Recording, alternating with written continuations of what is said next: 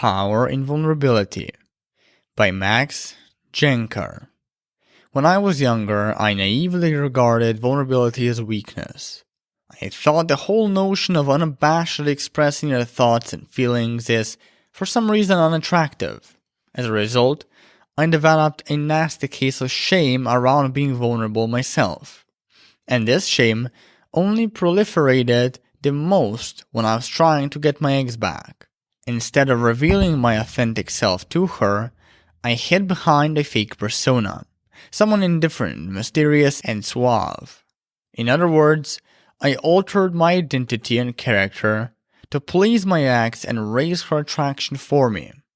I cared more about how she perceived me than how I perceived myself. I figured that if I did this, she would fall in love with me, the new fake me, and we would eventually get back together, at which point I could drop the whole act. Turned out, it's not that simple. I never got my ex back. From the moment I sent my first string of texts, she knew that I was faking my calm and collected demeanor. Yet, I still persisted with my performance and fake persona. And the more I performed, the harder I tried to hide my authentic self. The deeper I reinforced the belief that I'm not good enough for my ex the way I am. Thus, I kept widening my inferiority gap. Eventually, not only did I not get back with my ex, but I also left my self-esteem in shambles and kept struggling in my love life years following my breakup for the same reason I struggled to get my ex back: a lack of vulnerability and a sick addiction to performance. Look, I know you probably perceive vulnerability as some hippie, feel-good, woo shit. I don't blame you. A lot of people hold that same opinion. I held it too. But vulnerability is far from some hippie, feel-good, woo-woo shit. It has nothing to do with hand-holding, singing, and dancing around a campfire. It has nothing to do with reciting the lines like, "I love myself and I'm a happy person," in front of a mirror. It has nothing to do with hugging your best friends and telling them how much you love them at a self-help seminar you paid way too much for. Fuck that, that's not vulnerability. Real vulnerability is actually far simpler, more mundane, and yet way more powerful than all of the preconceived, wishy-washy notions people have about it. It's also heavily backed by empirical data. And titans like Brené Brown, Cheryl Strayed, and Mark Manson have all pointed out how wildly beneficial it is to our relationships. All our relationships. Vulnerability builds intimacy and trust, removes games and ambiguity, creates sexual tension, accelerates sexual and romantic relationships, builds self-esteem, and usually demonstrates confidence and courage. Vulnerability is the best and only proper means of reattraction. It's the one thing that should permeate across all the interactions you have with your ex. It's the key to rekindle romance, the key to better relationships. What is vulnerability? Vulnerability means being consciously unguarded and undefended when expressing your thoughts, desires, and emotions. It can be as simple as telling your ex you want them back, complimenting them on their looks when you meet up, asserting a boundary when they cross it, expressing genuine love for them or disagreeing with them, and potentially offending them. When you're vulnerable, you're communicating, "This is who I am. Take it or leave it." In a way, you're sticking your neck out emotionally and putting yourself into a position where you can be hurt, which is to be expected. True vulnerability is risky, uncomfortable, and often has tangible consequences. But the key to true vulnerability is that you are willing to accept those consequences no matter what. You may piss off your ex, you may turn them off, you may destroy your chances of getting them back. But if you do get them back through vulnerability, you will have the best chance of rebuilding your relationship and making it healthy, rich, and lasting. What vulnerability is not. There are two big mistakes people make when they attempt practicing vulnerability. The first is treating it as another tactic, and the second is confusing it with an unrestrained deluge of emotions. Vulnerability is not a tactic. Many uninformed breakup survivors tend to treat vulnerability as just another tactic for raising their ex's attraction. They think, if I tell my ex this awkward or unusual thing about me, they are going to love me again or like me more. This is the wrong way to go about it. What you're actually doing here is committing emotional manipulation.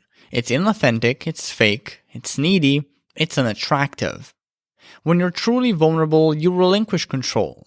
You express yourself unconditionally, that is, without expectations. So whenever you're using vulnerability as a tactic, you're doing the opposite.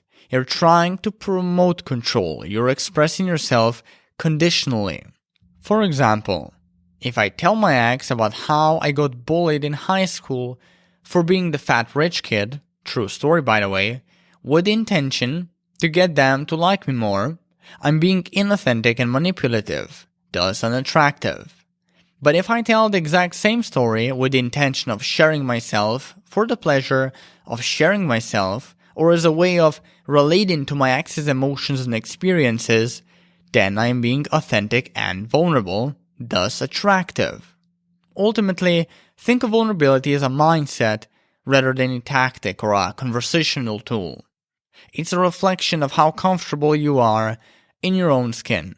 And until you drop the mindset of tactics and conversational tools, you are going to continue to be lost.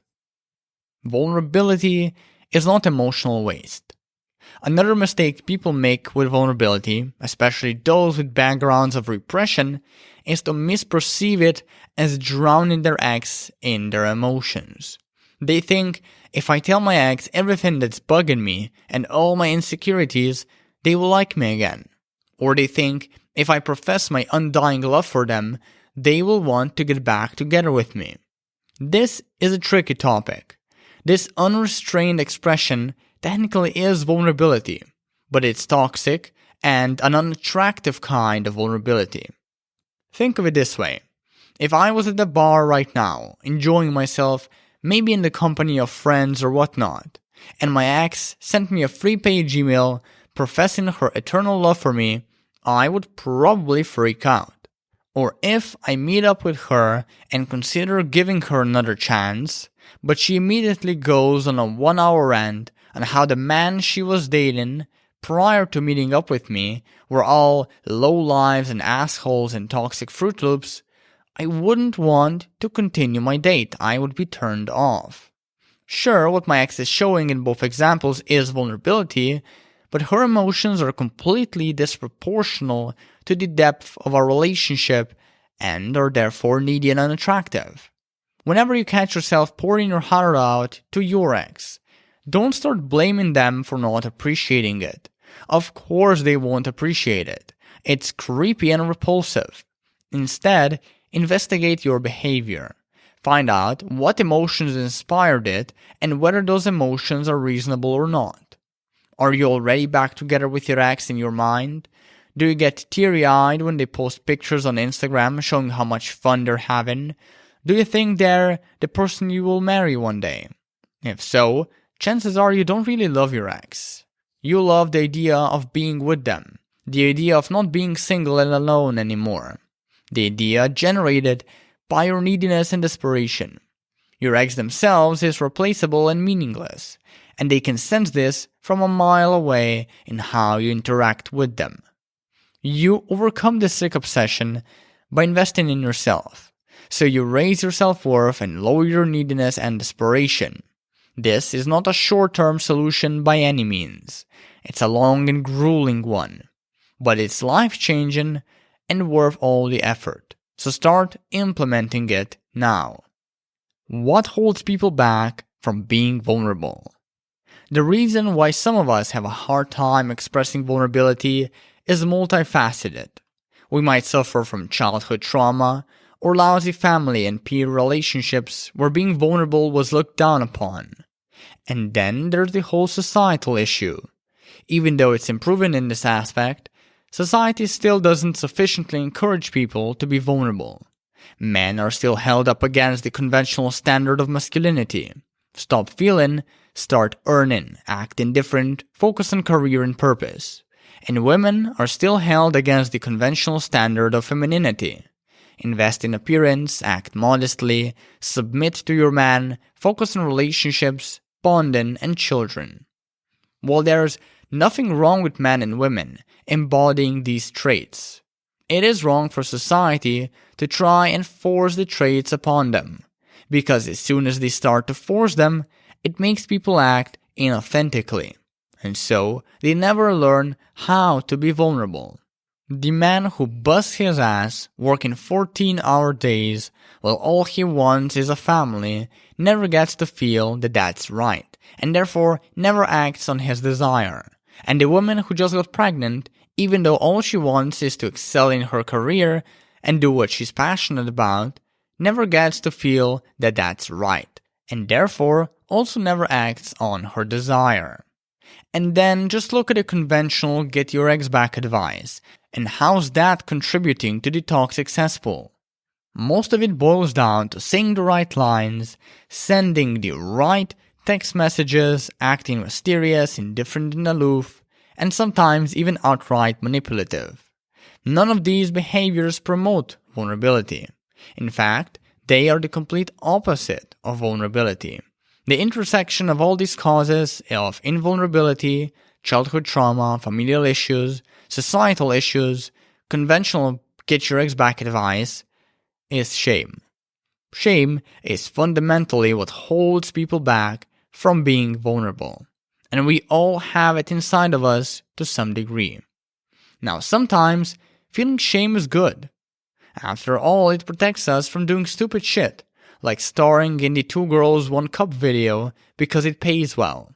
However, when we have so much of it that it diminishes our self-worth and begins to sabotage our day-to-day life, that's when it becomes a problem. At that point, what you have to do is act against it. And the way you do it is through vulnerability and self-acceptance. If you fail to come to terms with your shame, you will start believing there is something inherently wrong with you and living your life based on those fallacies. How to be more vulnerable? I get that vulnerability is an abstract topic and that many people have difficulty understanding it, even after reading about what it is. So let me put forward a couple of examples of what vulnerability actually looks like in the context of breakups, so you can get a better idea of how to practice and apply it in the real world. Vulnerability looks like showing you are affected by your breakup to others, including your ex. Telling your ex you still love them and that you want to try again. Complimenting your ex when you meet up with them. Connecting with your ex over the fact that their father keeps irritating them and sharing one of your own familial issues. Standing up for yourself when your ex disrespects you. Being willing to move on for good if your ex can't give you anything more than friendship. Not looking for lines in pre-prepared texts to mask your true intentions when reaching out to your ex. Still going alone on that hike that you wanted to take your ex to rekindle things even if they reject you. Telling your ex to take it slow in the bedroom because you're nervous and haven't had sex in a while. Revealing your fears and worries to your ex when you're trying to rebuild your relationship together. Asking your ex whether or not they would like to start a new relationship with you after dating for a while. Now, even though all of these examples feel and look like behavioral prescriptions, they're not. I'm not telling you to do something. I'm telling you to be something. Vulnerability is not about doing, but about being. As I wrote earlier, vulnerability is a mindset. The last thing I'll mention is that vulnerability comes with a pain period. If you faked who you are for years and just recently started being vulnerable, you will experience a period of a lot of rejection and disapproval from your ex and others. But nevertheless, plowing through this period is worth it. For when you reach the other side of it, you will become a more attractive, confident, and self-accepting person. A person who is more comfortable with their own flaws, faults, and imperfections.